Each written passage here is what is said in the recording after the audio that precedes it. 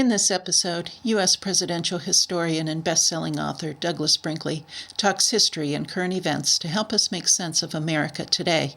No easy feat, but Brinkley does it seamlessly, illustrating exactly why he's been dubbed America's new past master by the Chicago Tribune.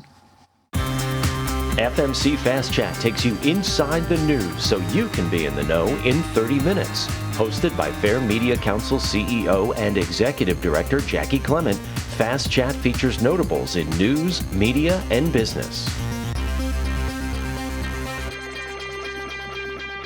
Today, we welcome back U.S. presidential historian and best-selling author Douglas Brinkley to talk about the Biden administration thus far and the state of democracy.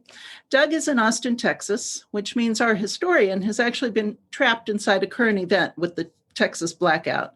So the first thing we want to do is check in with Doug to see how he is and how things are doing in the Austin area. So Doug, how is everything? Hey, Jackie, how are you doing? Thanks for having me back. Happy to. We're just, it's been a brutal week. I can't lie to you. We had our electricity off for a long time and the water off. And with 3 teenagers, we were trying to make ends meet. The days were long and hard. Grocery stores, if you can get to one, were just minus goods. Everybody had raided the stores. So we were crippled here in Austin, and then some people still are.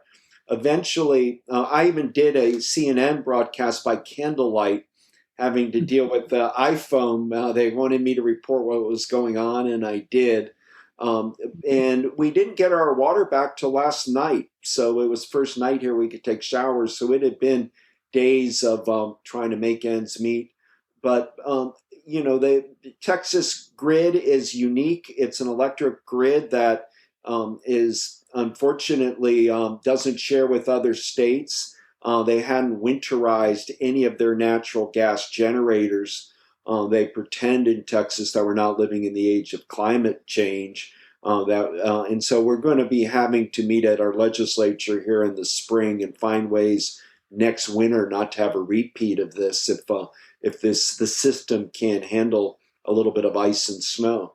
Yeah, no, I did see that you did an interview talking about how the issue as reported was so much larger than what came across in news reports. And I kind of find that interesting because the news media is usually accused of taking a person and building them up to be larger than life. And here you have an actual disaster and it's minimized. It's hard to show what no electricity does. I mean, what do you say? You can do a drone over a city and say they don't have electricity, but you have to break it down house by house by house. And there are people that need it for, kidney dialysis, or that have a certain condition that they need electricity for. It, of course, afflicts people that are poorer in apartment complexes. They don't have access to a car, because at least in the car you could turn on and get warm for a minute, but then people died from going into their car with their children and keeping it in the garage and dying from carbon monoxide poisoning. But yeah, you're right. It's a larger story. The only time I felt that was when Hurricane Katrina hit, because in Katrina, I was in New Orleans, and yes, you can feel the deprivations of a neighborhood, but the swath, the amount of people that were suffering in the Gulf South back in 2005 was so immense. This is smaller than an event than that, but it's a warning to states like Texas and all the southwestern states that in the future we're going to have to be prepared for a new type of weather event, meaning cold weather is going to be regularly hitting Texas as surely as hurricanes are going to be hitting Gulf South states. Yeah, here on Long Island, a lot of people are still rebuilding from Superstorm Sandy. Yeah. And that was another storm that was criticized for what actually happened being so much larger than what you saw in the news. But I'm also kind of wondering, does this play into a larger issue, which is the news media really equipped to be telling, climate change stories, or is this more of a specialty? I think the news media is failing to report the climate change story as a whole. It's just hard. We're living in a visual and audio age. What do you do? How do you show a melting glacier? How do you, keep showing a wildfire over and over and over again? Because there are always people that will say, well, there have always been wildfires, there have always been hurricanes, there have always been ice storms, there have always been freak weather events.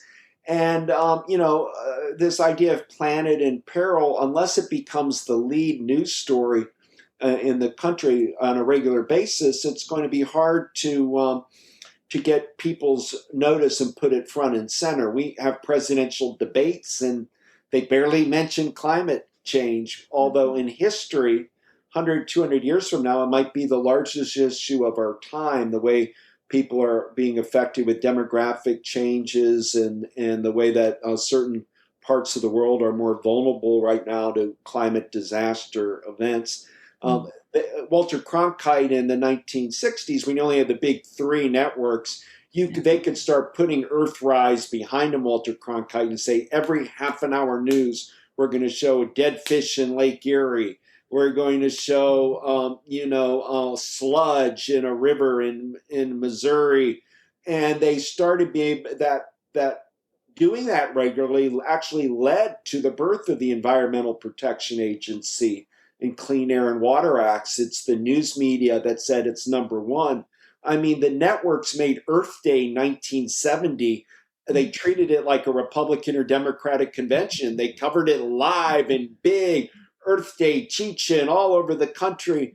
And so I think speaking of the media culture at large, has to find a way to keep climate change on the front pages of newspapers and cable news broadcasting.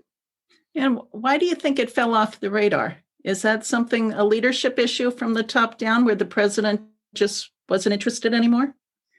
No, I think a lot of advertisers on television news, for example, auto companies up until recently, and oil and gas, Shell and Exxon, they don't really want it as a story. So that if you start overdoing it, you just don't buy ads in that magazine or network. They have a lot of power, the extraction industries writ large as a group. I think that's part of the problem. And then, there's no president that wants to prioritize it yet. I mean, Obama tried to do it for a little while, but he made the Affordable Care Act, Obamacare, his big one-off thing that he was going to be synonymous with. And now, and Donald Trump did more of the wall with Mexico and immigration reform. You have President Biden now in crisis, having to deal with COVID-19 and the pandemic, and how to get vaccines to people as being his big early initiative. And so it always seems to straggle in as the secondary issue when it might need to be the main issue of our time. Treated as that. No matter how you slice it, Biden is going to be wrapped up in how he handled the pandemic. And that may be the only issue we know him for. What are your thoughts on how is he doing thus far? The 100 Days is largely a media creation. Once Franklin D. Roosevelt came in March of 1933, and he put all those New Deal measures into play, the Civilian Conservation Corps and Work Progress Administration, on and on and on. It became a very kind of unique thing, FDR's 100 Days. And so now the media keeps, since then, and particularly in the age of cable television, keeps using that as a way to judge a president on their 100 days. Biden has done a good job of picking a cabinet, getting most of his people confirmed. There's still a few lingering, but I think that went pretty smoothly, the confirmation hearings. But this inability to get united on the 1.9 million COVID-19 relief package, the fact that we're talking about it and the money's not getting to people, is a representative of gridlock. And I think Biden's first 100 days will be about judging by vaccines, COVID deaths. How is that? How is our country? When are we getting out of this health crisis? And is Biden leading us properly? But I don't think it's a lot of gold stars that are going to be given to Biden in history, because basically he's inheriting a crisis that there's no instant solution to and is trying to work his way out of the hole. One of the major stories the past few days has been America surpassing the 500,000 mark in COVID deaths. I think we still see, though, there are a lot of people who think the COVID issue is either overplayed or an actual hoax in the news media. So we're still grappling with a very divided America. So I'm wondering if there's been a time in our history where we've seen that happen before. And if so, how did it manage to bridge itself back together again? Well, when you deal with the Spanish flu epidemic of, 1917, 18, 19, that whole period of the Wilson administration, we were at war. And in war, that became the national priority. We were all in it together to beat Germany. Yes, there were conscientious objectors during that period, but by and large, our country was war focused. So the pandemic took a secondary note, and it wasn't this idea of public shaming for not wearing a mask or wearing a mask. And so, we lost 600,000 people, but it was number two issue behind the war. Right now in the Biden administration, the pandemic is front and center. It's a war against coronavirus, and Biden's going to be judged on, if Trump did the vaccines in record time, the Trump administration produced the ability to get vaccines. Now Biden's going to get judged by distribution. So shots in arms matter for the Biden legacy. If people are, whether we're going to debate it or not, if people have got one shot, they better go get their second. We've got to, and at least he'll be able to say, under my administration, we were able to get this percentage of America, 40% of America vaccinated, 50%. That would at least start this idea of herd immunity kicking in. The one thing that will hurt Biden's legacy is if these vaccines don't manifest itself, or they're wasted away, or they're not getting into the elderly or into communities of need. There's already a racial disparity going on this administration.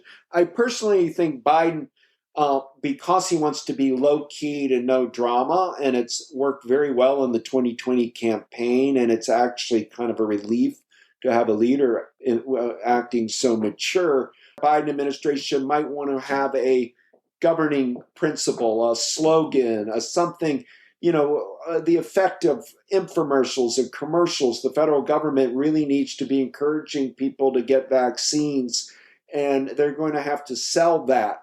The idea that people are going to come to their own conclusion. There are a lot of anti-vaxxers in America.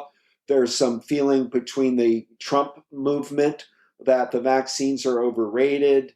So Biden's got a lot of hurdles, but what he needs to do is connect the soul of America, which he talks about, to getting vaccinated. Okay, so let's talk a little bit about the idea, though, of our commander-in-chief actually being a salesperson. Do we see that in history? I mean, who was the best salesperson as a president from your perspective? The great presidents are incredible salespeople. I mean, Theodore Roosevelt was able to create an idea of conservation and save 234 million acres of America when there was no mandate to save national parks in Idaho and California. He created it and sold it. He used the teddy bear as his symbol. Get little kids holding bears to go save the wilderness.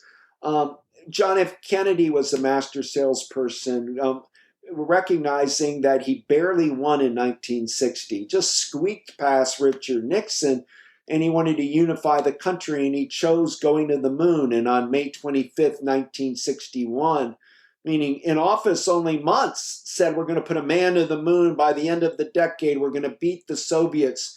He sold it in football terms of winning and beating in a competition. And so the country got behind that effort. Ronald Reagan was an extraordinary good salesman, promoting the idea that where America's greatness is coming back. We had been pretty beaten by Watergate and the Vietnam War. patriotism was on a low ebb, and Reagan ratcheted up and sold the idea that America is stronger than ever, and that we still have our great spirit of democracy to promote. So yeah, those types of presidents, I think both Roosevelts were great salespeople, Kennedy, Reagan, Bill Clinton at his moments was a great salesperson. Donald Trump was a great salesperson to a base, but as president, you have to try to find unifying issues. I don't know what Biden is forced to have the war against COVID-19 as his issue. He doesn't have any choice.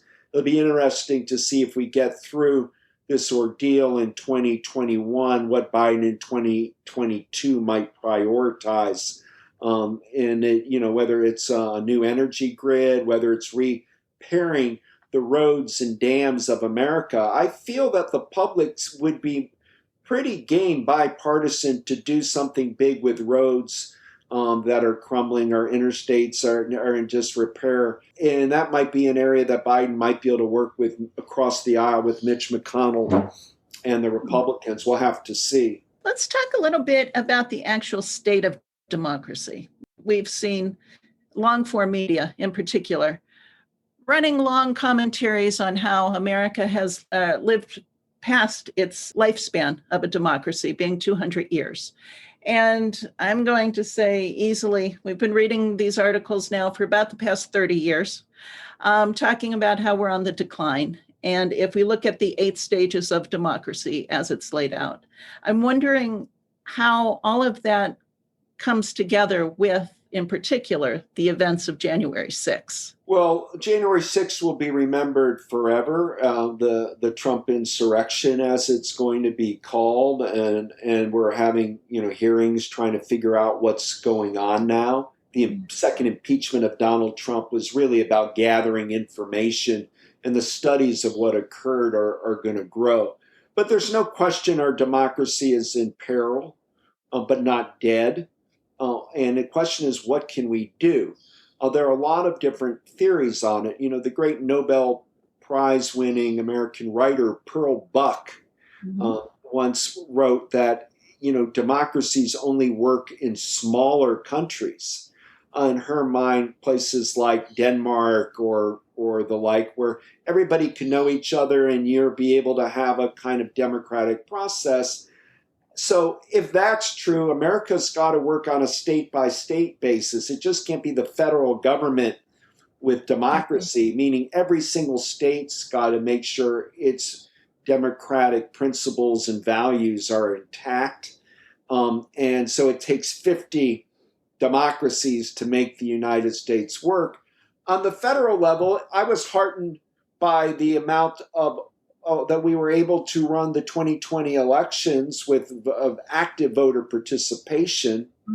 A decade ago, we were all saying that our democracy was in decline because people weren't voting. I think the trend is good, that people are voting. So the danger in our country is just this neo-civil war, that they're just two different philosophical views on what the country should be, and they're at loggerheads, and nobody knows when one will run out or how that will change. And social media has allowed people to feel like they're being participatory in our democracy by tweeting or putting a post out. And yet a lot of democracy is about helping your neighbor get his car out of the ditch, helping people, like here in the Texas blackout, helping, sharing a plumber between 3 houses, and who's going to be able to bring supplies to help. There's a lot of just grassroots aspects to democracy that we have to make sure that we keep. So I think on a village by village basis, I feel a little better about our country, but there's no question Washington, D.C. is very dysfunctional right now, and that people don't like politicians. And if they do like a politician, it's one who spends their time bashing democratic institutions, meaning somebody like Trump or somebody like Biden, who's kind of repairing things, the repairman as president. Yeah. I'm wondering when we can get a real kind of vigorous leadership and be on the same page. The Cold War helped us because during the Cold War, we all had the common foe of the Soviet Union. Right Okay. now, our business, the globalism since the 1990s has our companies are all over the world and nobody's really quite sure who the enemy is. So cultural issues start being magnified. Are you pro Roe v. Wade or are you against Roe v. Wade? Do you believe in climate change or you don't believe in climate change? And these start becoming our defining issues instead of thinking about the genius of our founders and how lucky we are to live in a country that has this amount of abundant of resources, and how many people in the world still want to come here and live here and move here because, Mhm. all things considered, it's still a remarkable place to live. As you mentioned, though, particular issues seem to resonate more with people than, I guess, the actual party system, which brings me to the concept of two major parties. Is there a future for that? I think the money that got in through to the two major parties, the amount that you have to have $1 billion to run for president right now, is problematic. Meaning, Citizens United has cost us a lot of woes. It's just a Niagara Falls of money that's needed, a flood of cash to run for Senate. And so that's not very democratic. That's sort of hyper capitalism, but it's not democracy at a kind of more authentic level. Mhm. I don't know if one could break through with the two parties. The idea of a third party, maybe, but usually it has to be a billionaire. The only real third party anybody was talking about this last round was whether Michael Bloomberg might create a third party because he had the money to do it. Mhm. And Ross Perot ran a billionaire in 1992, got 19% of the vote as the third party. So I think you could have a third party person, but the thought that that has to be a billionaire in order to pull it off, and even then it's hard to qualify for the debates, is makes it's troubling.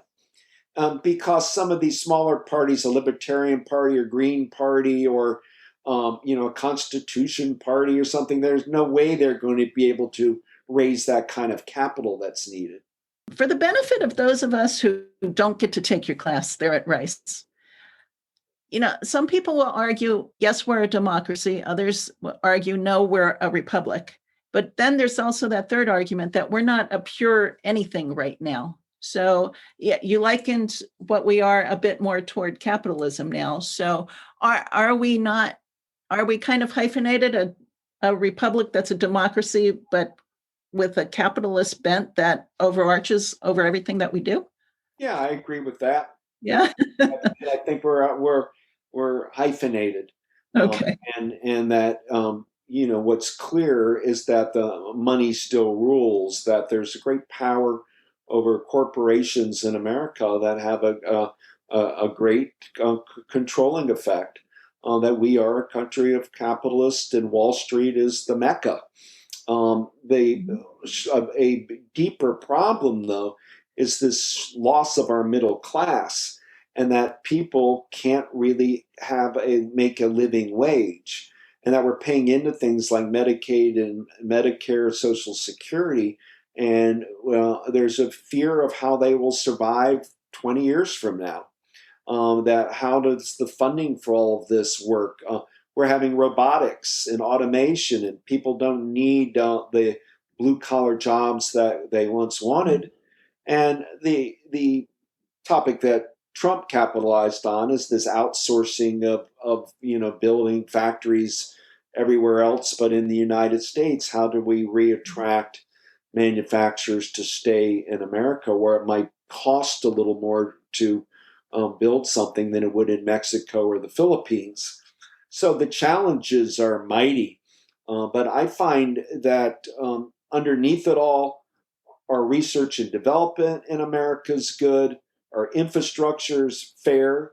Okay. That we've got we still have a lot of freedoms. Our Constitution still matters. Our judicial system works. I mean, look at Donald Trump saying the election was rigged. He went to court after court after court that threw him out. And so I don't think our judicial system is broken, but they're overworked. Our teachers are underfunded. Our infrastructure is getting perilously close to being dysfunctional. And we're now having to deal with possible climate disasters like wildfires that would burn Napa, vineyards in California, or a hurricane that could just knock Tampa or Miami off the map, or a New York City that's having to deal with, if we continue to have public health concerns, if COVID-19 isn't unique, but due to changing the earth around by over-industrialization, are we going to have more viruses coming? And what does that mean for public transportation? Who's going to ride in the subways? What does it mean for the infrastructure of Manhattan? Are we creating a new society of people working at home instead of going to a workplace? Things are very much in flux right now. We have a question from the audience. Even though Doug doesn't think a third party will really take hold, what about the Republicans who say the Republican Party has lost its way because of Trump and do want to try and form a so-called new Republican Party that adheres to traditional Republican values and policies? I think that's the one party that might be able to take off. If Trump decides to run in 2024, there may be a group of wealthy Republican, Wall Street inclined globalist who decide to run a Republican, bolt the Republican Party and form a new centrist party, and therefore stopping Trump from having a second term. And they might be able to come up with a candidate and get the money. That would be a huge development if you could actually split the Republican Party in two. That did happen in 1912 when Theodore Roosevelt created the Bull Moose Party. In those days, the Bull Moose Party were progressives in the Republican Party. Today, it's a battle between the Romney Republicans versus the Trump Republicans, and it seems like they can't live together. And Trump is still the dominant figure in the Republican Party. If Trump left and created a Magna Party, he would overnight have probably 20% of the American public, if not a lot more, sticking with him. So I guess the question is, how long does Trump remain newsworthy? I think as long as he's intimating that he may run in 2024, he's going to the CPAC on Sunday, and if he goes there and starts as reports say, he's going to start already talking about beating Biden in 2024, helping make America great again, Trump Republicans get reelected. He will start continuing to be a major news source because people just can't even people that loathe him keep watching him. He's still a presence. I don't know how his health is. I don't know whether he feels like going at it again in 4 years, but just intimating that he's looking to run in 2024 means he owns the Republican Party. And so he will be seen as the alternative to Biden. Okay. I'm wondering, though, now with the pandemic really kind of showcasing where we are technologically as a society. One of the things that's happened in the past year is how artificial intelligence in particular has really propelled forward. So now we're seeing a really great divide between the people that have tech skills and those that don't, also coming into play. How far away are we from an education president? It would be so important. I find personally one of the things that happened in our country is the technological revolution went so quickly, and the beneficiaries of it were places in the Silicon Valley or Round Rock, Austin or Seattle, and then MIT corridor and the East Coast did all right. But the Midwest got left behind at the same time that manufacturing left, auto manufacturing, tires, spark plugs, people building abroad because it's cheaper and you get around the labor unions in America, and created the Rust Belt. There was no attempt to try to bring the tech revolution to Ohio and Michigan and Wisconsin. Minnesota's done all right because they have such genius there on their healthcare and, not just Mayo Clinic, but their notion of public healthcare in Minnesota. They've hung in there, but Western Pennsylvania, West Virginia, and all, they're all left behind. And we need now to fight to make that a tech revolution in the heartland, to bring every school in America needs to be able to be in range, be able to have internet access for education. And so, yes, it would be wonderful if education became the bully pulpit for a future president. So what do you see bubbling to the surface? What do you see short range and long range happening here? I just think that we're still deeply divided. I think Biden has got an opportunity if the vaccinations can be distributed, if you get shots in arms, if by the midsummer, let's just say August, you can start getting some semblance of public gatherings back, baseball games, rock concerts, on and on. And certainly if by Christmas we could say the COVID crisis is over, that means the economy might jack up. People will feel the worst is behind us. You might get a new optimism going in America. We're still a country where foreign countries want to invest. You might be able to get climate accord going with China and start really trying to think global about climate change. So we might be able to get on an uptick. On the other hand, if COVID lingers and the economy stumbles and we stay in a kind of low-grade recession, it gives an opportunity for Trump to say, look, when I was president, we had all-time highs in the economy. Biden is now acting like a traditional liberal, a Walter Mondale, Michael Dukakis liberal. He's got all these programs using executive power, has no legislative agenda, and that turned back to me. So we're not out of this Trump versus Biden, square off. I think Biden's going to have to get results within a year, or else people are going to start craving change. And it's hard to believe that they would go back to Trump after all the problems that he brought, but he still controls a lot of power in the Republican Party. Now, what do you attribute the Great Divide in America to? Well, it's been there since the Civil War, and it gets patched up from time to time. But there's a feeling of states' rights versus a strong federal government. I think they're in the South right now, where I'm at in Texas. The South is having a resurgence economically. A lot of people are wanting to do business in Alabama, Mississippi, Florida, Georgia because of warmer weather. And it's no longer a backwater. I mean, when FDR was president, the South, he had electrified the South. It was considered a backwater. Today, the South is booming. And so there's a lot of Southern pride in the New South economy. And the fact that, like a state like Texas, you don't have to pay as much in taxes, so it's attracting businesses from California and New York and all. So it's making the red zone, red America, feel that we're the real America. We're not having the problems that New York and California are having. Well, of course, this Texas blackout belied all of that.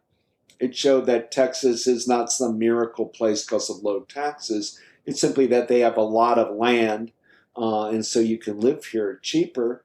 But things like cutting corners on the energy grid could end up being a disastrous for a state of Texas. If this becomes every winter, there's going to be a new winter storm due to climate change. Texas hasn't considered that, so they're in the same same kind of hole as New York and California in the end. But and then race is a big part of it. Who's the real American? Changing demographics, xenophobia and anti-immigration, a feeling of white America losing something, that we're no longer, our heritage was a core of white heritage, and now we're being called racist, and that everybody, we're considered the bad guys who killed Native Americans and genocide and perpetrated slavery. And it sort of fuels and angers a certain segment of white America that this is a time where people are rethinking Black Power movement and women's rights, and so white men are feeling marginalized and in decline, and that creates some of the angst that's going on right now. One last question, and we need to wrap up, but I'm wondering how you feel about the news media reporting on red states and blue states. What is your take on that? I think I think it's very reductionary, because there's really is a lot of things happening that aren't being reported. I mean, is Georgia a red state or blue state? They just got 2 Democratic senators in, with everybody paying attention. And so it's hard to call a lot of these states red or blue. I understand it. I use it, we all do it, because it's sort of an easy way to kind of look at the map and figure that out. But I think more and more states are up for grabs. I mean, I don't know what Arizona is, or Colorado is, or Michigan is, or, I mean, certainly we can see progressivism is going to have a huge sway in California. And that, Republicanism has a huge sway in Alabama and Mississippi. But things are starting to shift around a lot as people are moving different places. And we'll have to, and a lot of this depends on gerrymandering and the like, another problem that we're having to deal with. But it would be better if we did report it, I think, more in the news, actually what's going on in a state, instead of the stereotype of the state. Texas, where I'm in, we had the first lesbian mayor in American history in Houston. San Antonio is one of the most multi-diverse cities in America. Austin is progressive as Brinkley, California. But sometimes I go north and people think of Texas as people carrying guns and wearing cowboy hats. And, exactly. That's all over. We have a misperception of different regions that we don't live in. And so we have to be careful with those kinds of stereotypes. And we have one more question here, which is, to what degree is the news media responsible for the Great Divide? Well, there's no question about it. But I think once we've got cable television, not nightly news, you're losing the referee and arbitrator concept. And now people are gravitating to the news stories they want to hear. And so we're just, as everybody knows, it's an epidemic that we're dealing with conspiratorial news that's not accurate, people cherry picking the news they want to believe in. So there's not one national public square. And they're not just 2, there might be 20 that people are getting, so it's very hard to be unified if you're not sharing the same set of facts and assumptions. The Fair Media Council is a 501c3 nonprofit organization advocating for quality news and working to create a media-savvy society. For more information about the Fair Media Council and upcoming Fast Chat shows, check out fairmediacouncil.org.